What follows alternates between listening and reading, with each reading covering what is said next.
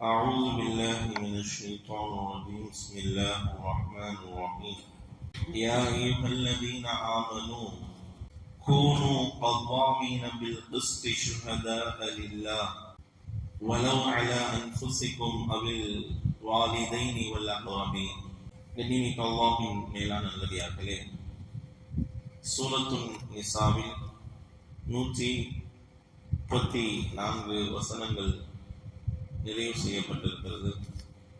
135வது வசனம் அல்லாஹ் சொல்லுகின்றான், யா அய்யுஹல்லதீன ஆமனு, ஈமான் கொண்டவர்களே, கூனு கவ்வாமீன பில் கிஸ்தி ஷுஹதா லில்லாஹ், நீங்கள் சாட்சியாளராக இருக்கின்ற பொழுது நீதமான சாட்சியாளராக நீங்கள் ஆகிவிடுங்கள். ஷுஹதா லில்லாஹ், அல்லாஹ்வுக்கு பயந்த சாட்சியாளராக நீங்கள் ஆகியிருங்கள். வலவ் அலா அன்ஃபுசிக்கும் அவில் வாலிதைனி வல் அக்ரபீன், அந்த சாட்சி சொல்லக்கூடிய சூழல் உங்களுக்கு எதிராக இருந்தாலும், உங்களுடைய பெற்றோர்களுக்கு எதிராக இருந்தாலும், உங்களுடைய உறவினர்களுக்கு எதிராக இருந்தாலும் நீதத்தை நிலைநாட்டுங்கள். ஈயக்குன் கனியன் அவ் ஃபகீரன், அது பணக்காரர்களுக்கு எதிராக இருந்தாலும் அல்லது ஏழைகளுக்கு எதிராக இருந்தாலும் நீதத்தை நிலைநாட்டுங்கள். ஃபல்லாஹு அவுலா பிஹிமா, அல்லாஹ் உங்களுக்கு பாதுகாவலனாக இருக்கிறான். ஃபலா தத்தபிஉல் ஹவா, நீங்கள் ஒருபோதும் மனோ இச்சையை பின்பற்றி விடாதீர்கள். அன் தஅதிலு, நீதமாக நடந்து கொள்ளுங்கள். வயின் தல்உ அவ் துஅரிது, நீங்கள் புறக்கணித்தால் அல்லது மாறு செய்தால் ஃபைன்னல்லாஹ கான பிமா தஅமலூன கபீரா, நிச்சயமாக அல்லாஹ் அதை பார்த்து கொண்டிருக்கிறான், கண்காணித்துக் கொண்டிருக்கிறான் அப்படின்னு அல்லாஹ் தஆலா சூரத்து நிசாவினுடைய 135வது வசனத்துல சொல்லுகிறான்.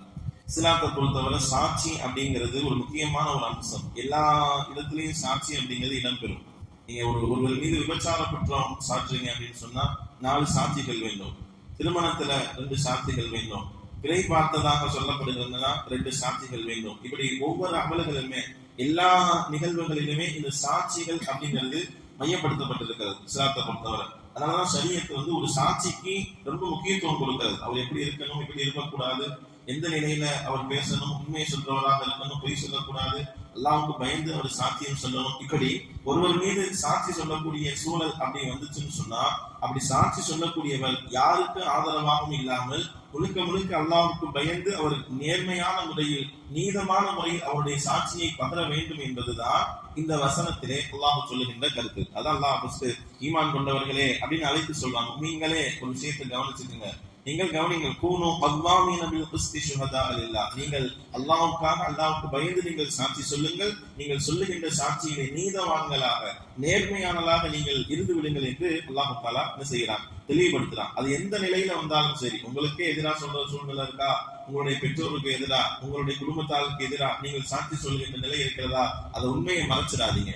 நீங்க அதுல என்ன செஞ்சிடாங்க, சாட்சி சொல்ற விஷயத்துல பொய் சொல்லிடாதீங்க. அது ஏழையா இருந்தாலும் சரி, பணக்காரருக்கு சாதகமாகவோ ஏழைக்கு பாதகமாகவோ உங்களுடைய சாட்சிகளை ஆக்கி விடாதீர்கள் அப்படிங்கிற ஒரு உலகத்தினுடைய மிகப்பெரிய ஒரு கோட்பாடு இந்த வசனத்துல எல்லாம் சொல்லி தருகிறார். எல்லா பக்கத்திலையும் சில சாதக பாதகங்கள், அது நீதிமன்றம் முதல் எல்லா இடங்களிலும் நமக்கு ஆதரவாளர்களுக்கு சாதகமாக ஒரு செய்தி பேசுறது, நமக்கு பிடிக்காதவங்களுக்கு எதிராக இன்னொரு செய்தி பேசுறது.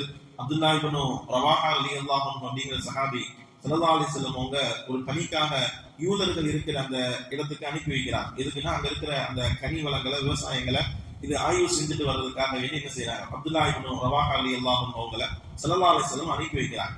இவங்க அங்க போறாங்க. போன உடனே அந்த யகூதிகள்லாம் ஒன்று சேர்ந்து என்ன செய்யறாங்க, இவங்களுக்கு லஞ்சம் கொடுக்குறாங்க. எங்களுக்கு சில விஷயங்களை சாதகமாக நீங்க சொல்றதுக்காக என்ன செய்யறாங்கன்னா அவங்களுக்கு லஞ்சம் கொடுக்க வர்றாங்க. வர்றப்ப அப்துல்லா இப்னு ரவாஹா ரலியல்லாஹு அன்ஹு சொன்னாங்க, நான் உலகத்திலேயே ஆக பிரியமான, எனக்கு ரொம்ப பிடிச்ச ஸல்லல்லாஹு அலைஹி வஸல்லம் அவங்கள்ட்ட இருந்து வந்திருக்கேன். யார்கிட்ட வந்திருக்கேன்னு சொன்னா, உலகத்திலே நான் ஆக வெறுக்கிற ஒரு மக்களிடத்துல நான் வந்திருக்கேன்.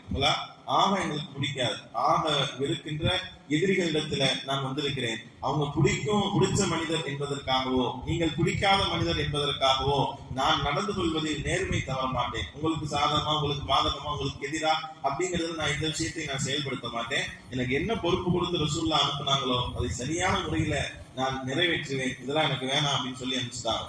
அப்ப எந்த நிலையிலுமே நான் எதுக்கும் ஒரு சைடா நான் பேசிட மாட்டேன். உங்களுக்கு பிடிக்கல அப்படின்னா கூட உங்களுக்கு எதிராக நான் வந்து சொல்றதோ இல்ல ரசூல்லா என்னை அனுப்பியிருக்காங்க அவங்க எனக்கு பிடிச்சவங்க அப்படிங்கறதுக்காக அவருக்கு ஆதரவாக பேசுவதோ அப்படின்னு நான் எந்த நிலையிலும் இருக்க மாட்டேன். எனக்கு எந்த நிலையை எந்த பொறுப்பை ரசூல்லா கொடுத்து அனுப்புனாங்களோ அதை நான் என்ன செய்வேன், சரியா நிறைவேற்றுவேன். அதுல நான் நீதமாக இருப்பேன், நேர்மையாக இருப்பேன் அப்படின்னு சொல்லி அப்துல்லா இப்னு ரவாஹா ரலியல்லாஹு அன்ஹு சொன்னாங்க. ஹதீஸ்ல வருகிறது அல்லவா, அதுதான் அந்த நேர்மையான ஒரு நிலை, நீதமான ஒரு நிலை. எந்த நிலையில இருந்தாலும் நம்ம ஒரு இடத்துல பேசணும், சாட்சி சொல்றோம் அப்படின்னு சொன்னா நமக்கு சாதகமாக அது இருக்கு அப்படிங்கிறதுக்காக நாம் உண்மையை மறைக்க கூடாது, உண்மையை மறைக்க கூடாது. சாட்சியை மறைப்பது என்பது அல்லாஹ்விடத்துல நாளை மறுமையில் அல்லாஹ் வெளிச்சம் போட்டு காட்டி விடுவான். நாளை மறுமையில் அல்லாஹ் கடுமையான தண்டனைகளை பொய் சாட்சிகளுக்கு வைத்திருக்கிறான் என்றெல்லாம் என்ன செய்கிறோம் ஹதீஸ்ல நாம பார்க்கிறோம். அதுதான் இந்த வார்த்தை அதுதான் குறிக்கும். உங்களுக்கு எதிராக, உங்களுடைய பெற்றோருக்கு எதிராக, உறவினருக்கு எதிராக, பணக்காரர் ஏழை யாரையும் நீங்கள் பார்க்காதீங்க. அந்த நேரத்துல அல்லாஹ் உங்களை பாதுகாப்பாக பாருங்க. அல்லாஹு அவுலா பிஹிமா, நீங்க யாரையும் பார்க்க வேணாம்,